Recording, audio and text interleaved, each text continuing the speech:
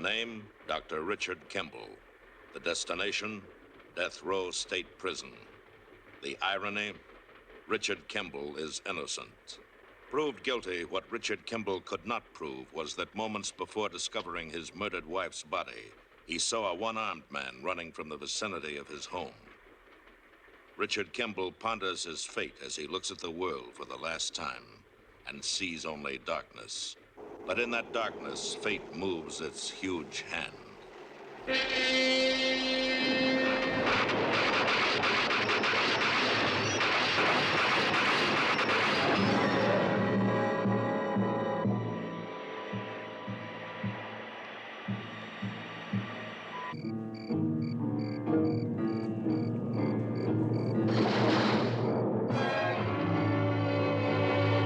The Fugitive. A QM production, starring David Jansen as The Fugitive, with special guest stars Vera Miles, Brian Keith, Harry Towns, also starring Barry Morse as Lieutenant Gerard. Tonight's episode, Fear in a Desert City.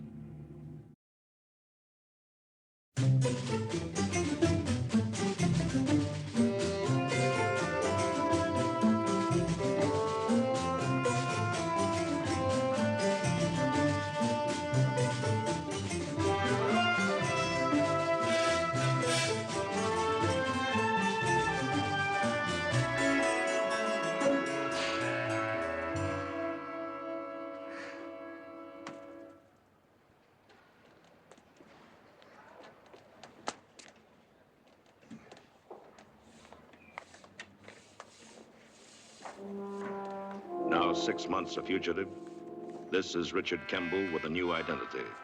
And for as long as it is safe, a new name, James Lincoln. He thinks of the day when he might find the man with one arm. But now is now. And this is how it is with him. Another journey, another place. Walk neither too fast nor too slow. Beware the eyes of strangers. Keep moving.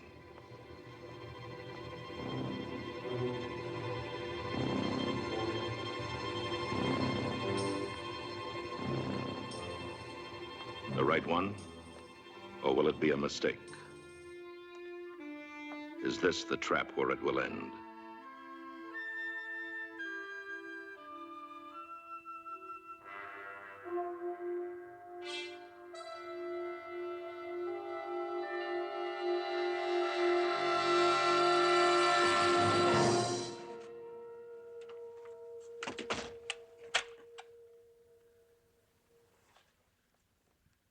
Safe for now.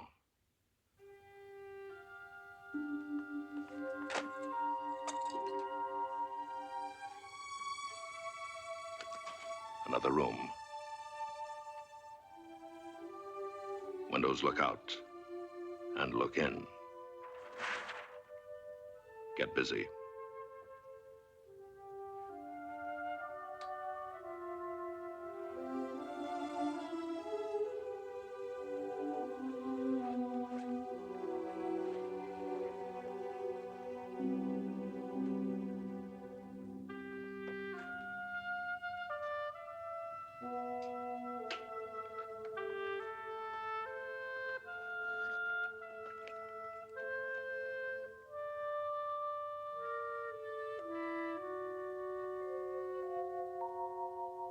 Look closely. Be sure of this, they'll never stop looking. He'll never stop. Not Lieutenant Gerard. Somewhere in here. I'm sure of it. What about Mexico? He's near enough. Oh, he'd be the Yankee. Someone different. Gerard, when are you due for a vacation? I'm not taking my vacation, Captain. Later. I will later. East, south, Midwest. Every report verified. But by the time you arrive... One day he'll be there. From the very beginning. The arrest, all through the trial, the appeals, and the accident. Why? What is it about Kimble? I enforced the law. The law pronounced him guilty. I enforced the law. What are you trying to convince yourself of? I remember his defense. A man with one arm running from the direction of the house. Phil, I'm beginning to think that you believe there was such a man. No, I did everything I could to find him. Meaning that he didn't exist, or that he escaped. And if he did escape, the law made a mistake. Captain, whether the law is right or wrong is not my concern. Let others debate and conclude. I obey. But when I begin to question, doubt, I can't permit it. Others found him guilty. Others were about to execute him. I was merely an instrument of the law. And am. And Dr. Kimble must be found. Ready? A job. What will it be?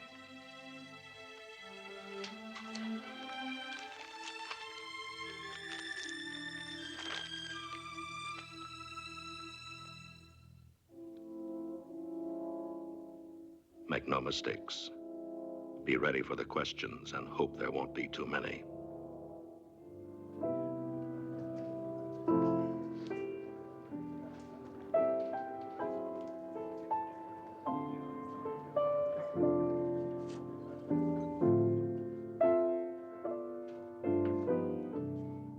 Are you fast, Lincoln? I worked in Reno. Well, you won't have to be fast tonight. But tomorrow is Saturday. Bring your roller skates. Take over. It's all yours.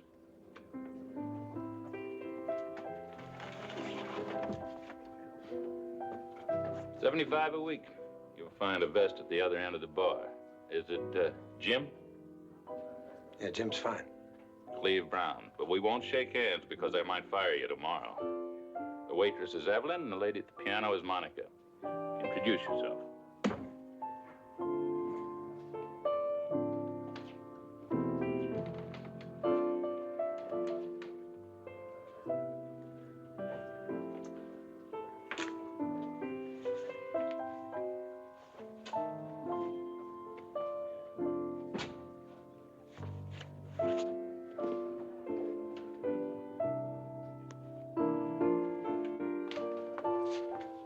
Hi, I'm Evelyn. My name's Jim Lincoln.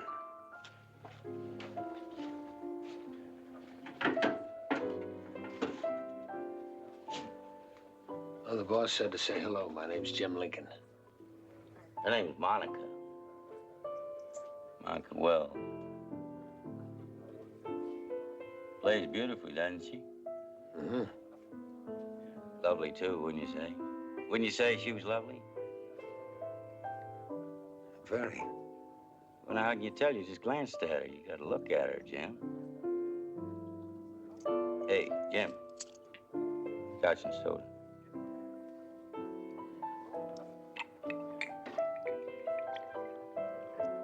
Give her one, too.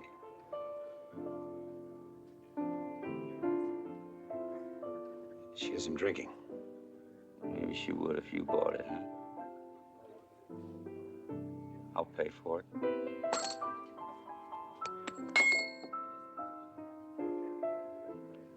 She doesn't want to drink. You have one. I make it a rule never to drink when I'm working. That's a real dandy rule. You make that up all by yourself? Jim.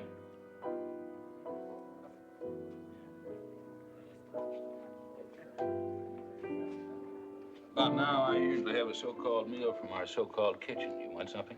No, thanks. You know that fella back there? No, why? He's working pretty hard to make trouble. Jim, for the price of a drink, he can buy an audience. On Monday morning, he'll have to face whatever's bothering him. But this is Friday night.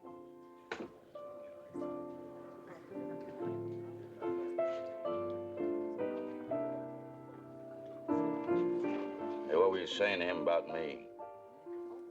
What makes you think I was talking about you? I don't like you, Jim. You want to remember that? I don't like you at all.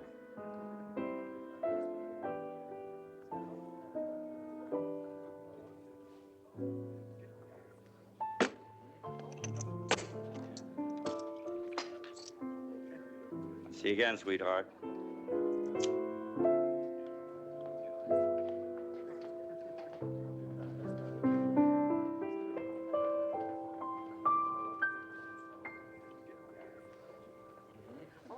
Please have a drink. Anything.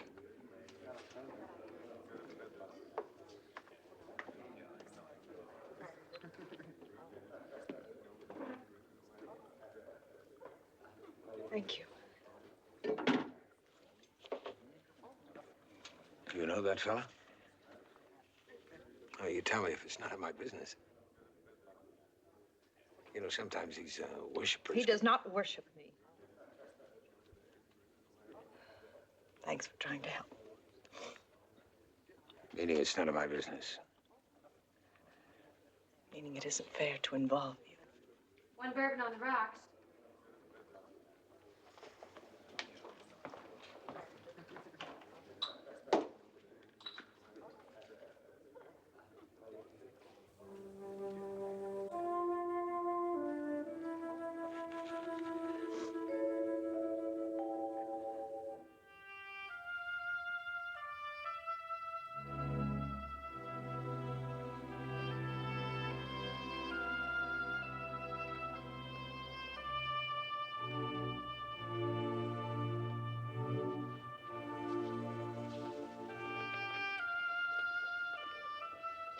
No, please. No, no, no.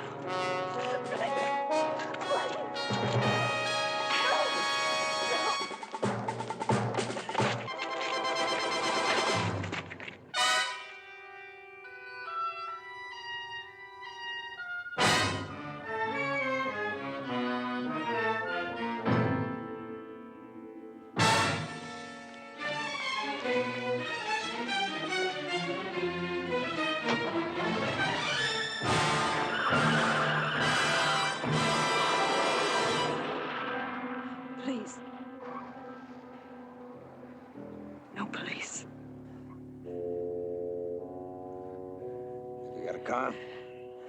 Come on, we'll get a cab. I'm sorry. I'm so sorry.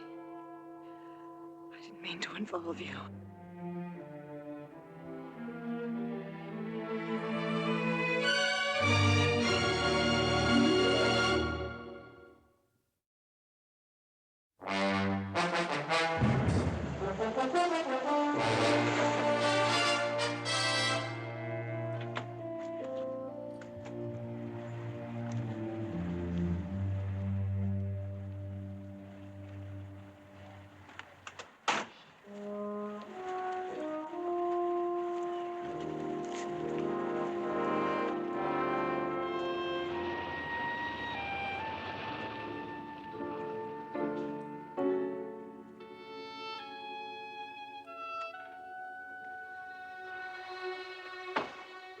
Is everything all right, Miss Blaine? Oh, yes, he's fine.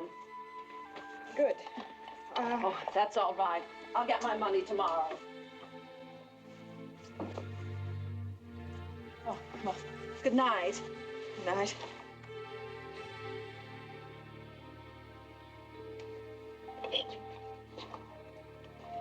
When I asked you not to call the police, I had a very good reason. That man is my husband. You want to leave now, or you want to stick around and hear the story of my life?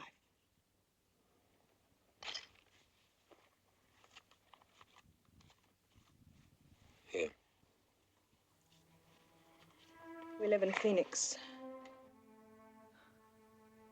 We lived in Phoenix.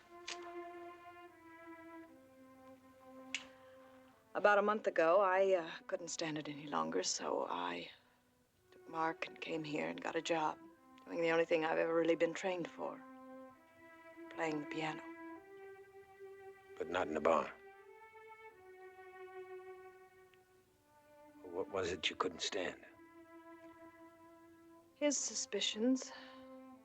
I wouldn't mind it if he had a reason to be jealous, but he was simply insanely suspicious.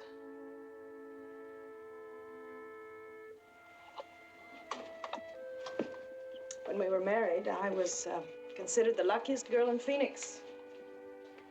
Ed was almost the... His name is Ed. Almost the perfect husband. He was a little jealous then, but I was 18 and I was flattered by it. A month after he left for Korea, I found out I was pregnant. I was so happy, I ran 3 blocks in the rain to mail the letter.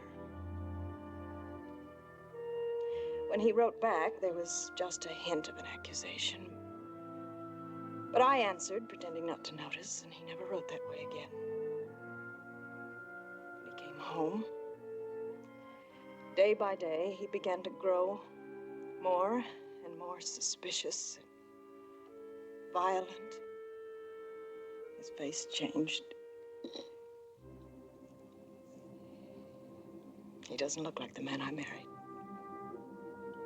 And he won't let you go? No. After a month of peace, he found me.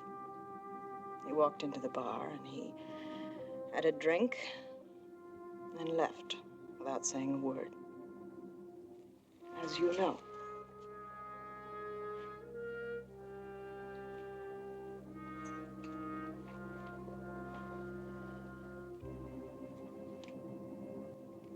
What does he want? To possess me, to beat me, and to teach my son how evil I am. And you can't go to the police?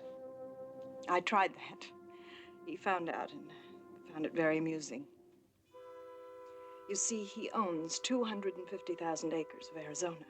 He contributes to charity and belongs to all of the proper social organizations. He has even been mentioned as a possible political candidate. When he's not home, he's almost the perfect man. Don't you have any friends or family in another state back east? He'd find us. Mark, what are you doing out of bed? I heard you talking. Well, this is Mr. Lincoln. My son, Mark. My name's Jim. You know, you should be in bed. We have a big day tomorrow. Come on, let's go up to bed.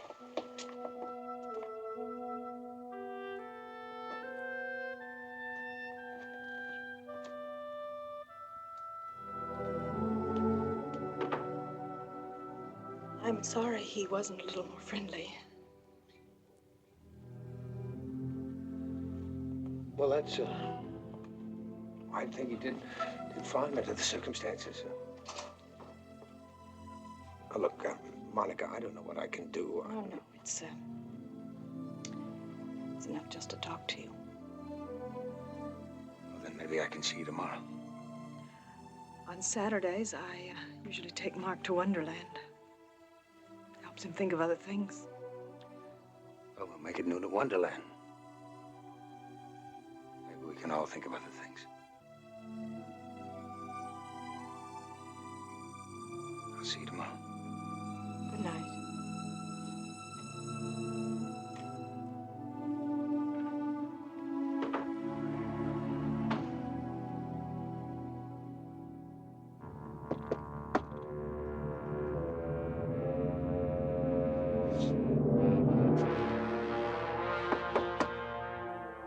Who is it? Ed Wells.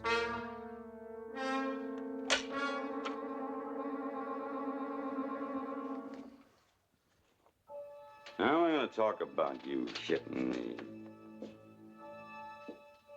And I won't talk about your hitting a woman. She's my wife. That gives you certain rights. You travel pretty light, don't you? Come into town and get yourself a little room, grab a job. Think about staying long? I'd like to. So you can make more trouble. I didn't make it. I walked into it. You walked into me, bartender. Yeah, I've already heard how important you are. I had that custom made for me. Every bit of it, handmade. Take a look at it. Go on, take it. Look at that workmanship on it. It's loaded. I have to carry a lot of money sometimes, more than safe. You know? And that's not gonna do you a bit of good trying to help her because Monica can go anywhere in this world. She can go anywhere. And I'm gonna find her. Sooner or later, I'll be there, you see? For another beating. As long as she behaves herself. Now, you know what I mean. Well, stop torturing that woman and child. Get yourself some help. See a psychiatrist. You just said the wrong thing. You said exactly the wrong thing. And you said it, and I heard it, and there's nothing left for you to do but get out of my sight, Steve. About 1,000,000 miles out.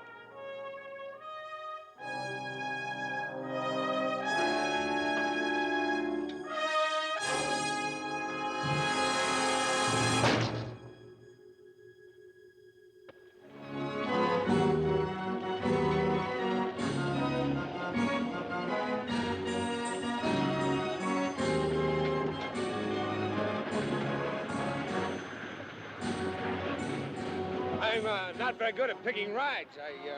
I guess that was kid stuff to you, huh? Well, it was all right. Probably pretty square about what kids like these days. What do we do now? Another ride, something to eat? Look, Mr. Lincoln, I know you want to talk to my mom. I'd like to go over to the batter-up game. All right, we'll meet you there.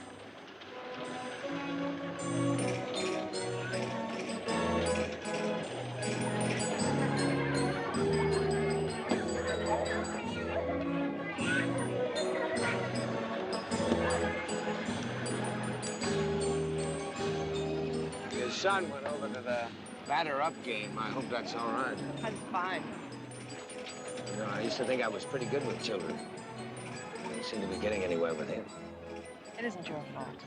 I was afraid every man might be like his father. Sometimes I think he sensed the truth about Ed before I did. His father paid me a visit last night. He must have followed us and then waited and then followed me to my hotel. The sum and substance of our meeting, he threatened me if I didn't leave town. So here I am. Oh, Jim, this is going too far. You All we repay... have to do is find an answer. I've been trying. He threatened you. Under the pretext of showing off his custom-made revolver. Yes, he showed it to me. If he threatened you, why don't you go to the police?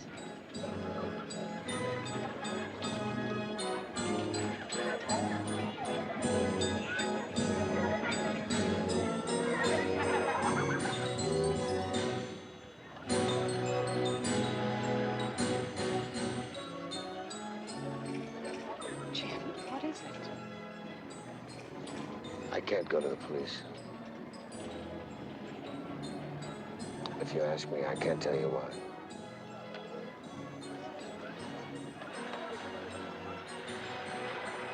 No position to ask anything of you. Except your help.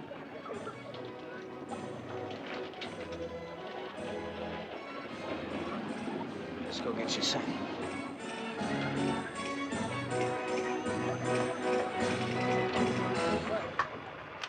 Hey, good!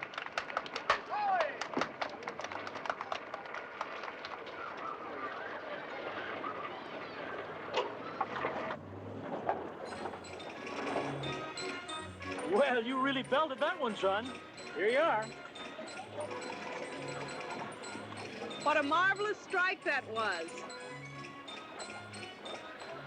Mom, strike is when you miss. Yeah, Mom, what's the matter with you? What do you play, Mark? The infield? Second. You know, I used to play a little ball. Yeah, how good I was, my sister pitched. Remember one game, a man came up and he said, what's the score? I said, it's 42-0, but we ain't been up to bat yet. Here. Well, that's yours, Mark. You won it. Kid stuff.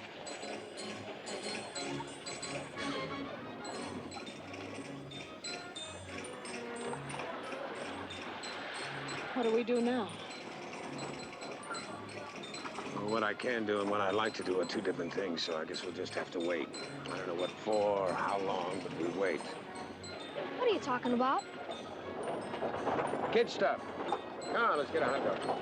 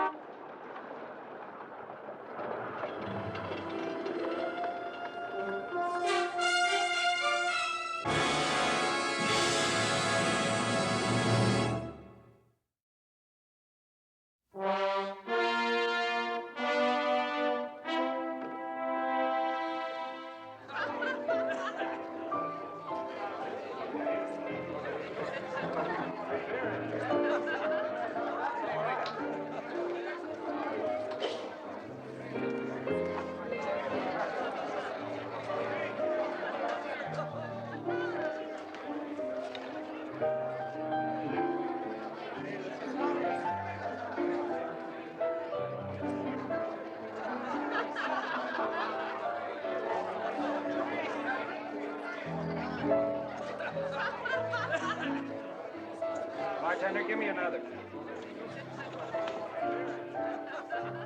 Jim? We have the usual. Hey, bartender, give me another. Unusual for me.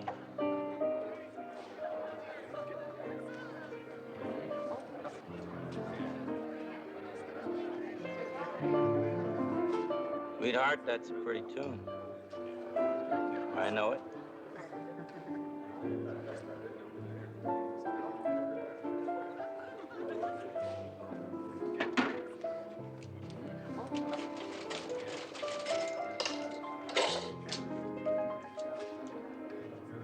You working hard, huh, Jim? I don't know as I could stand that, people yelling at me all the time. Plus, I had to put up with some of that when I was in the Army. You ever in the service, Jim?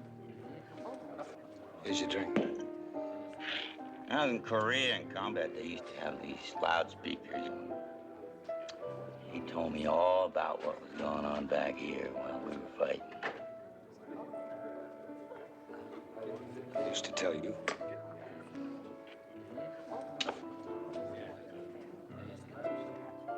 You have a nice time out there at Wonderland?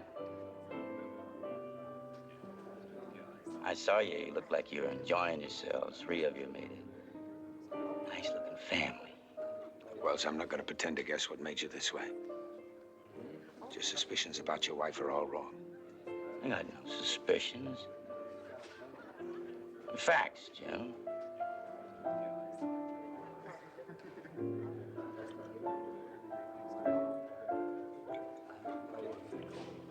You make real good drinks. I don't know, maybe it's just because I'm in such a good mood, I wouldn't know the difference.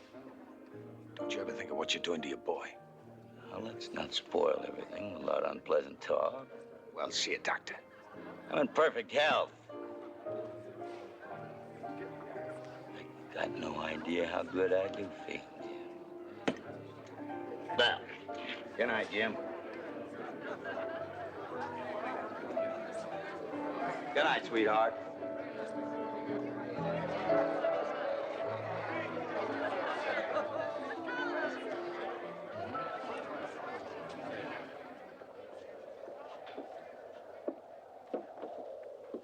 Oh, these desert winds. There's our camp.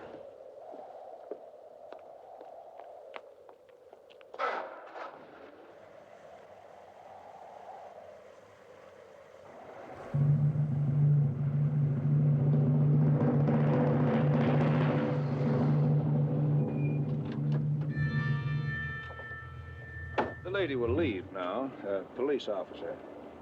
See me about a fare. Ask for Sergeant Burden.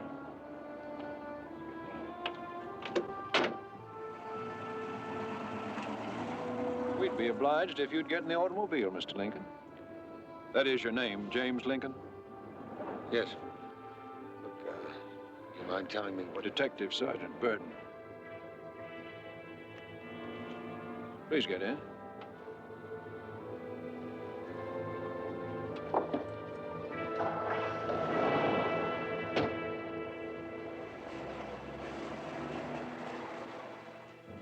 Detective Fairfield. He's from Ohio. Where are you from, Mr. Lincoln? Rockford, Illinois. You ever see it? No, thanks. Could you tell me what this is about? Is this your first visit to Tucson, Mr. Lincoln? You like it? I haven't seen much. But you've liked what you have. How do you like your job, Lincoln? Well, he hasn't seen much of it.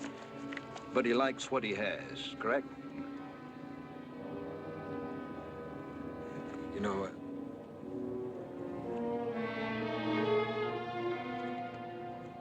it's funny.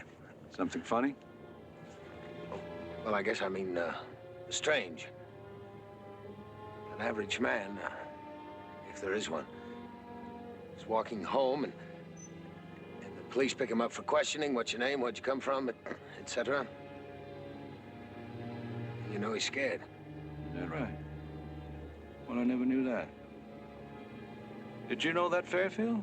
Now, why would the average man be scared of the police? Guilt. I guess there isn't a man in the world who doesn't have something he wants to hide. Even you two. Now, that remark was not calculated to gain favor with me. I'm sorry. I guess these questions are just getting me a little nervous. You know, Sergeant, you are pushing me around. Very gently, but pushing. Put yourself in my place. I'm a stranger in town, no one to vouch for me. No friend who's a lawyer. I can't demand a thing. I just have to sit here and take it. I wish I could argue with you, but you know you're right. I wouldn't want you to think I was sadistic. Fairfield, do you think we've been unkind? Maybe so, Sergeant. Well, some comfort to think we've saved you a walk on a chilly evening. At your hotel.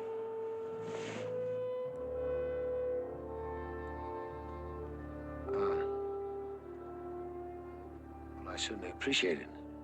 Not at all. Good night, Sergeant. Good night. Good night.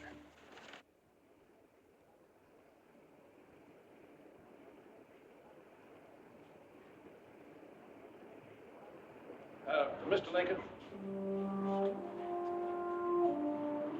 I, honest to goodness, don't know what's the matter with us. That's all right, Sergeant. It's an easy mistake. Of course. But we want to do the right thing. We'll see you to your room. Well, you don't really have to... Mr. Lincoln, we insist.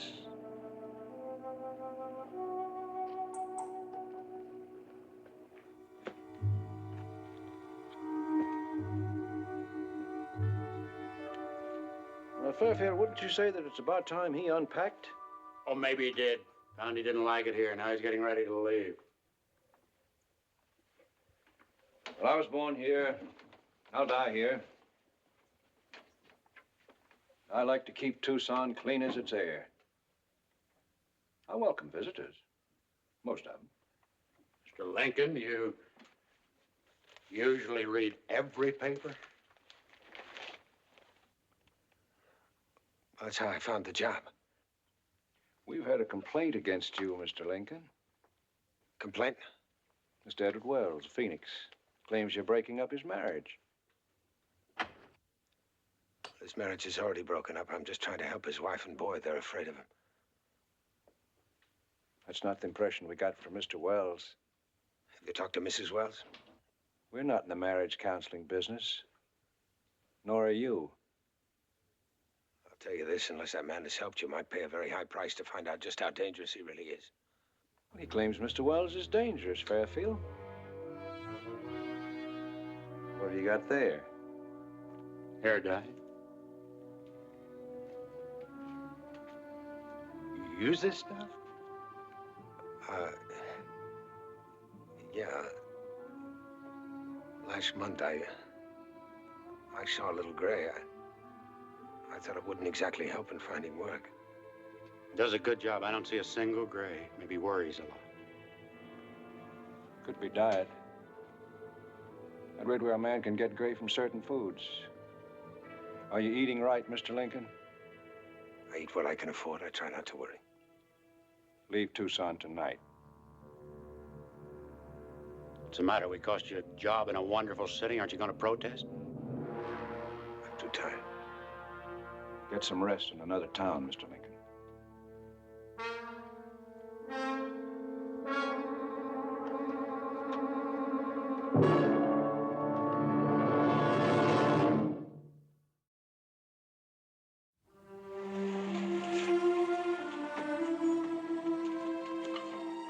Wait for me.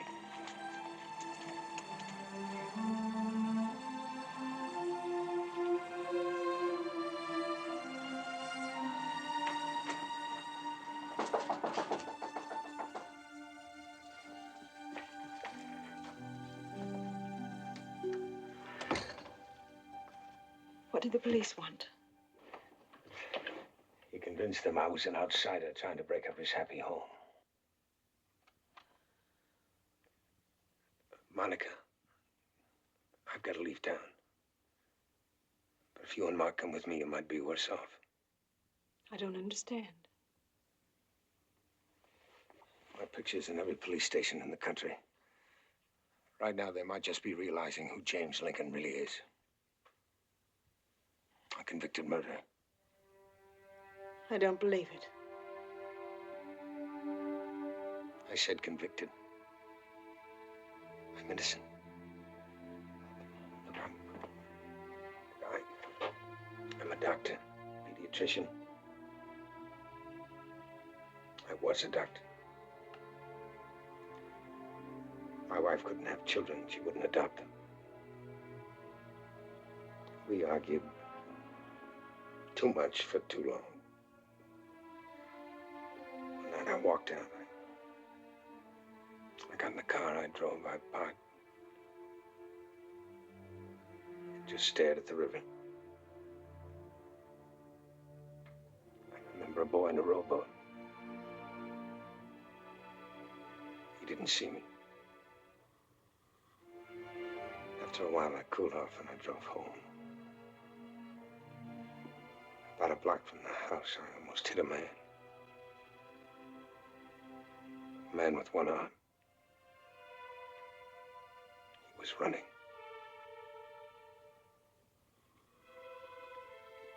I found my wife beaten to death. Who? I don't know. Had to be unmotivated. A vagrant, a prowler the police never. It was over 2 years ago. The trial was a nightmare. The neighbors had heard our arguments. The only hope was to find the man with one arm.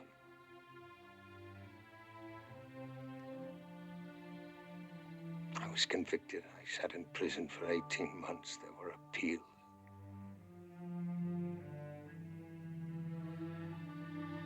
They were taking me to be executed when the train derailed.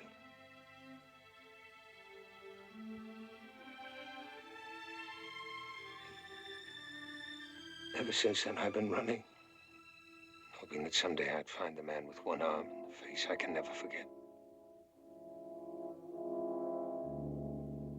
I keep running and they keep hunting. One man in particular, Lieutenant Philip Gerard.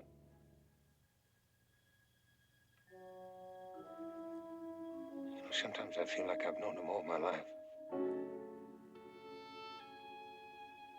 Some nights I can't sleep. I hear his footsteps on the stairs. see his face outside my door. Gerard.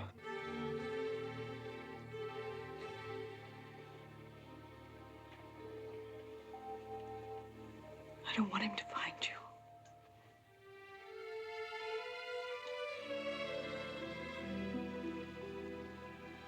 I'll pack.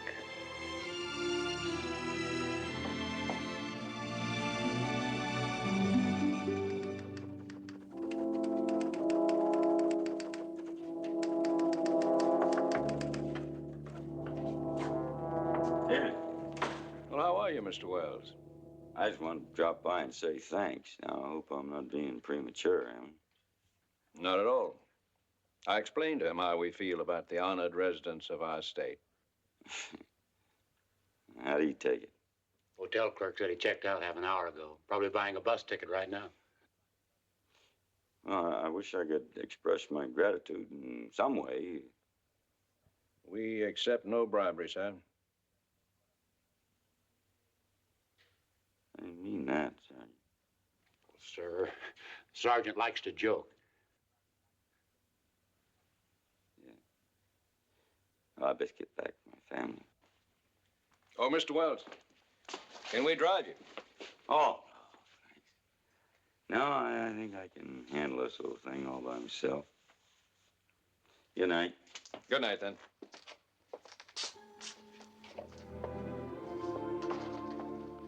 I don't know. You think you know this job, and all of a sudden you don't. A woman breaks up a fine home to play a piano in a saloon. Take up with a man she's known only a few hours. I feel sorry for the little boy.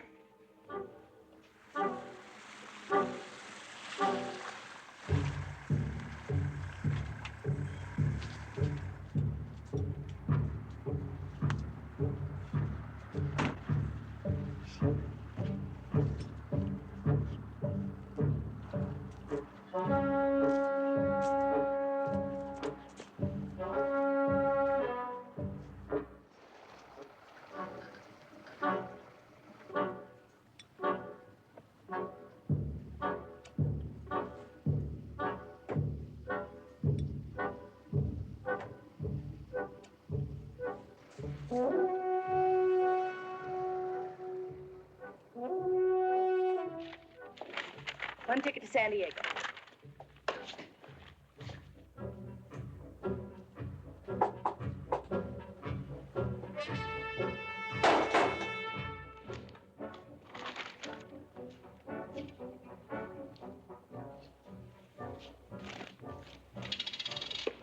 Thank you, man. What time's the next bus leave? Well, that would depend on where you wanted to go now, wouldn't it? We don't care. We just want the next bus.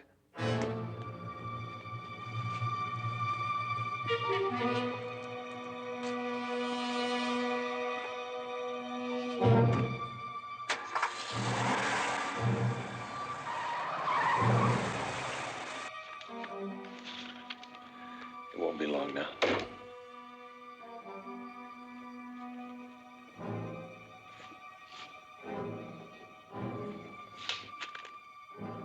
Here are your tickets.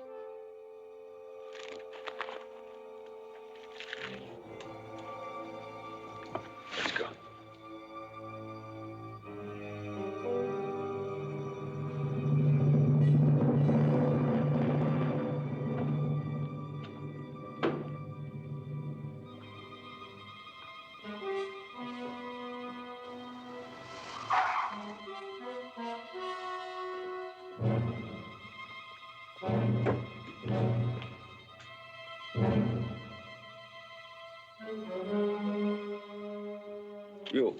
You seen a man with a woman and a boy? When?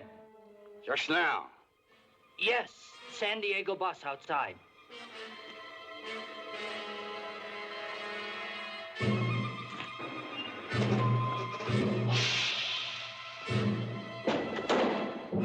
Thank God!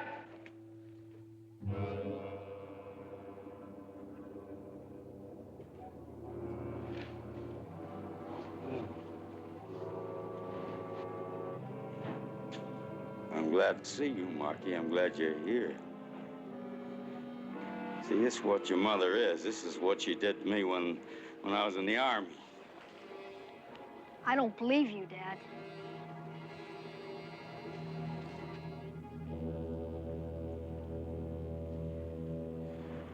You did this.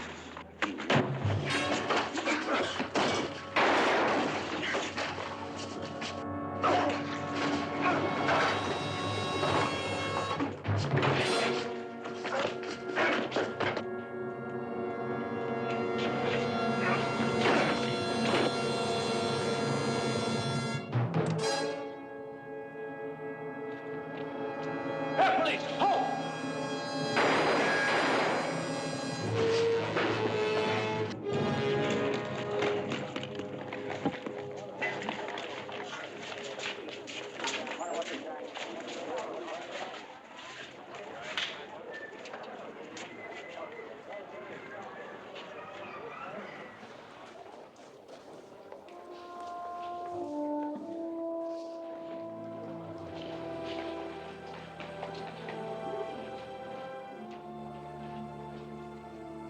Monica, if I stay, They'll find you.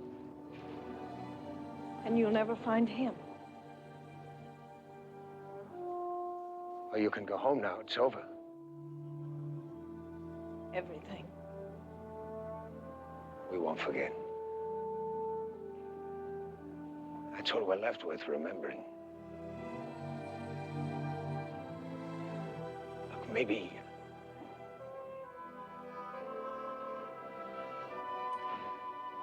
Goodbye.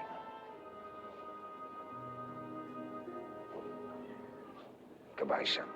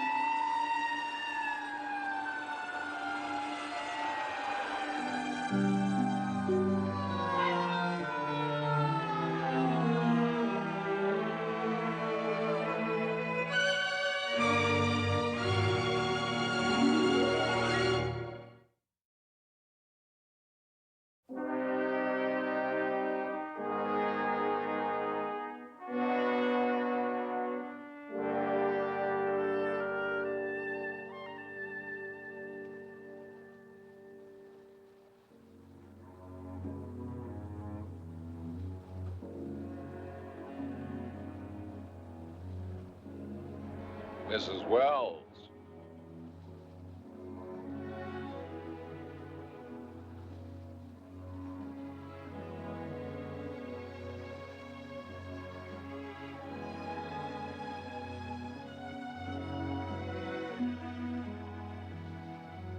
I'm sorry about the circumstances.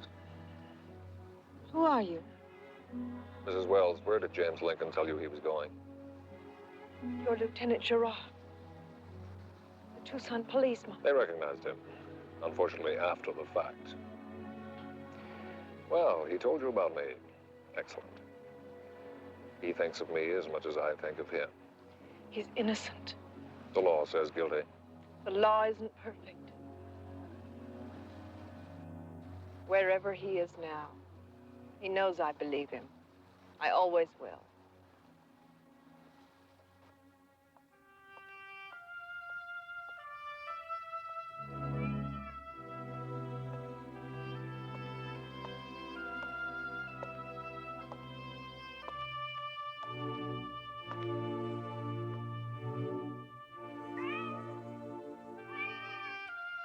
Now, 6 months, 2 weeks, and another 1,000 miles, a fugitive. This is Richard Kimble, and this is how it is with him.